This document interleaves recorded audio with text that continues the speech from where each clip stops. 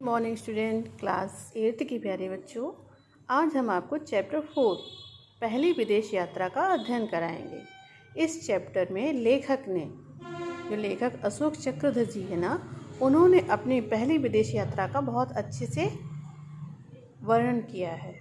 तो देखते हैं बेटा, उन्हें विदेश जाने के लिए किन किन कठिनाइयों का सामना करना पड़ा और वो जा कहाँ रहे हैं। चलिए हम भी उनके साथ चलते हैं। ठीक है, तो शुरू करें। आइए आप भी अपने चैप्टर पे। 1 जून 1987 को इतने सताए गए कि उस दिन 2 जून का भोजन तक नसीब नहीं हुआ।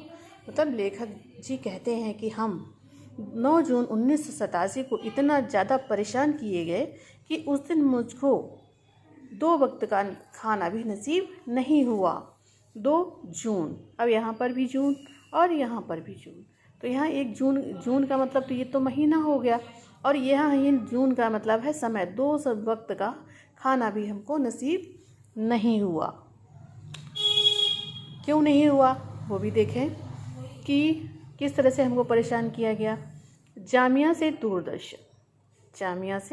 दूरदर्शन से सूचना एवं प्रसारण मंत्रालय, मतलब पहले यहाँ भेजा गया, फिर यहाँ भेजा गया। यहाँ से सूचना मंत्रालय से विदेश मंत्रालय से पासपोर्ट कार्यालय, फिर दूरदर्शन, फिर मंत्रालय, फिर दूसरे मंत्रालय, फिर दूरदर्शन। मतलब इधर उधर के चक्कर बार बार हमको लगाने पड़े। इसी कारण से हम 2 खाना भी नहीं खा पाए। मैं अपने फिएट को लेकर इस कार्यालय से उस कार्यालय तक दौड़ा रहा था। जो उनकी गाड़ी थी वो उसका नाम था फिएट, उसको लेकर वह इस कार्यालय से उस कार्यालय दौड़े जा रहे थे। पसीना पसीना हो रहा था। अब जून का महीना था बेटा, जून में जानते हो कितनी गर्मी होती है, इसीलिए तो हम लोगों की जून की छुट्टियां करती जाती हैं। तो एक तो जून का महीना, ऊपर से इतना परेशानी, इधर से उधर भागना, मतलब लेखक जी पसीना पसीना हो रहे थे। और भरपूर गर्मी के कारण कार भी निरंतर लगातार भाप छोड़ रही थी। कार जहाँ चाहती रुक जाती। मैं अपनी मिडलन की बोतल का ठंडा पानी रेडिएटर में डालकर उसका मिजाज ठंडा करता था। मेरा कसूर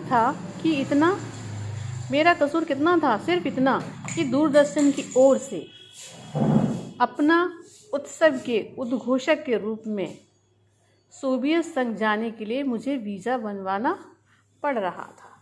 अब देखा बेटा क्यों परेशान हो रहे थे लेखक जी, क्योंकि उनको उद्घोषक के रूप में सोवियत संघ जाना था, इसीलिए उनको इतना सब परेशानी झेलनी पड़ रही थी। सोवियत संघ के बारे में अधिकतम जानकारियां प्राप्त करने के लिए मैं नई दिल्ली स्थित उनके सांस्कृतिक केंद्र गया। मतलब कहाँ गया? सांस्कृतिक केंद्र, जहाँ तरह तरह के पुराने रिकॉर्ड रहते हैं, क्योंकि सोवियत संघ को कभी गए नहीं थे और वहाँ की जानकारी उन्हें अच्छे से वो लेना चाहते थे। वहाँ का इतिहास मनोयोग से पढ़ा, बड़े मन से हमने वहाँ का इतिहास पढ़ा। कुछ नोट्स बनाए, मतलब खास चीज़ें नोट की। लोक कलाओं के बारे में साहित्य अकादमी की लाइब्रेरी में पुस्तक खंगाली।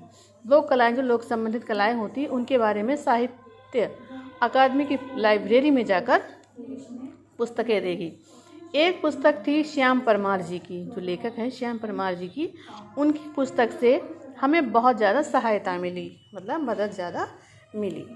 इसके बाद लगभग 1 सप्ताह तक सिलसिला चला, पूरी तैयारी को अंतिम रूप देने के लिए। इतना सब हो जाने के बाद कितना और ज़्यादा समय लगा? 1 सप्ताह।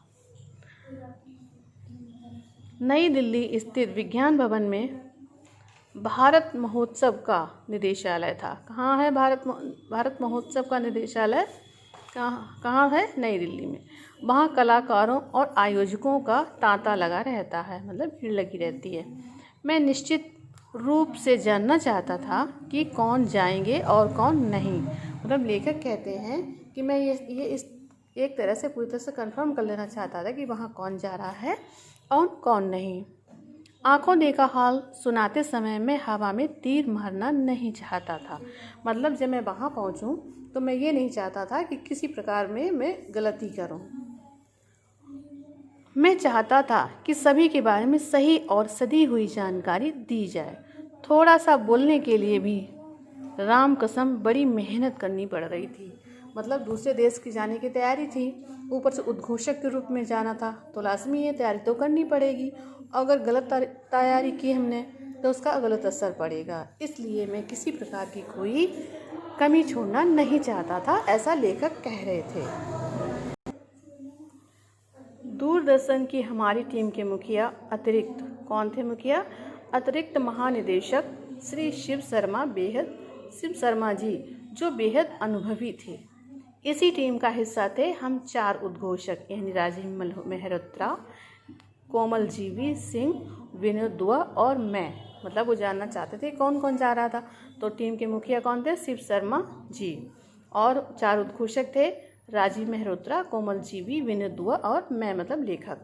विनोद दुआ अधिक लोकप्रिय थे, कुछ खास थे, फेमस थे, क्योंकि दूरदर्शन पर लगातार उनके कार्यक्रम आते रहते थे, वो अपना प्रस्तुतिकरण करते रहते थे।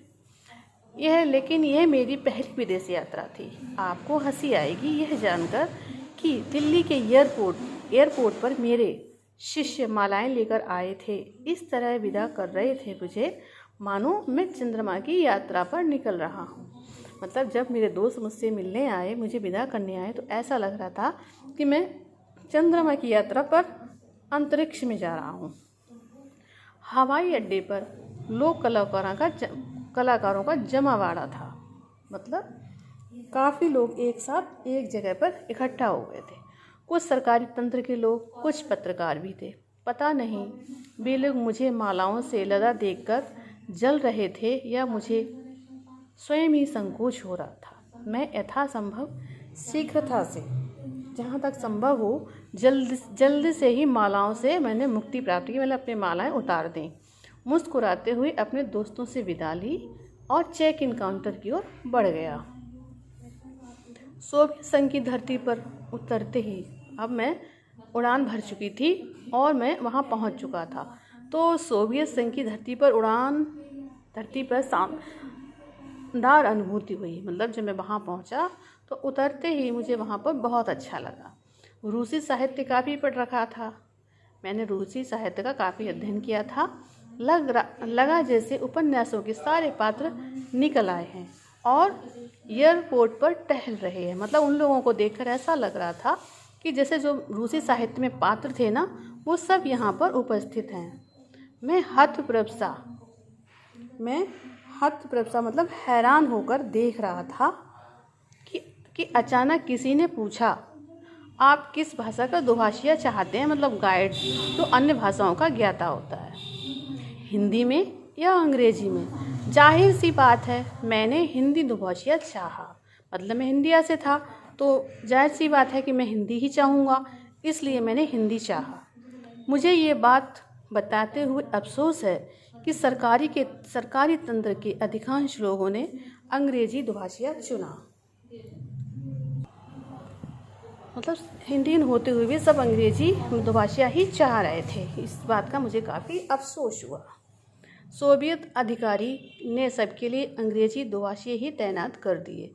मैंने तो हिंदी दुभाषिया चाहा था, पर मुझे भी अंग्रेजी दुभाषिया के रूप में मुस्कुराती हुई एक लंबी, बलिष्ठ, तगड़ी सी, एकदम मजबूत शरीर वाली कन्या मिली, जिसने टूटी फूटी अंग्रेजी में बताया कि उसका नाम तान्या है और वह मेरे साथ दुभाषिया बनकर रहेगी। मैंने उससे पूछा, डू यू नो हिंदी? उसने जवाब दिया, नो। यह तो संकट की बात हो गई। अंग्रेजी मुझे नहीं आती हो ऐसी बात नहीं है, पर जिस भाषा में अपने आप को अच्छी तरह से अभिव्यक्त किया जा सके वह तो हिंदी ही थी। मैंने शिव शर्मा जी से कहा तो उन्होंने बड़े दया का भाव स्पष्ट करते हुए, मतलब दयनीय दृष्टि से देखा और पूछा, बोल तो ऐसे रहे हो जैसे अंग्रेजी आती ही नहीं। मतलब उन्होंने कहा कि इस तरह से क्यों बिहेव कर रहे हो, बर्ताव कर रहे हो जैसे तुमको अंग्रेजी आती ही नहीं। देखा बेटा कितना अच्छा चैप्टर था, कितनी परेशानियां हुई और कितना अच्छा अनुभव भी हुआ।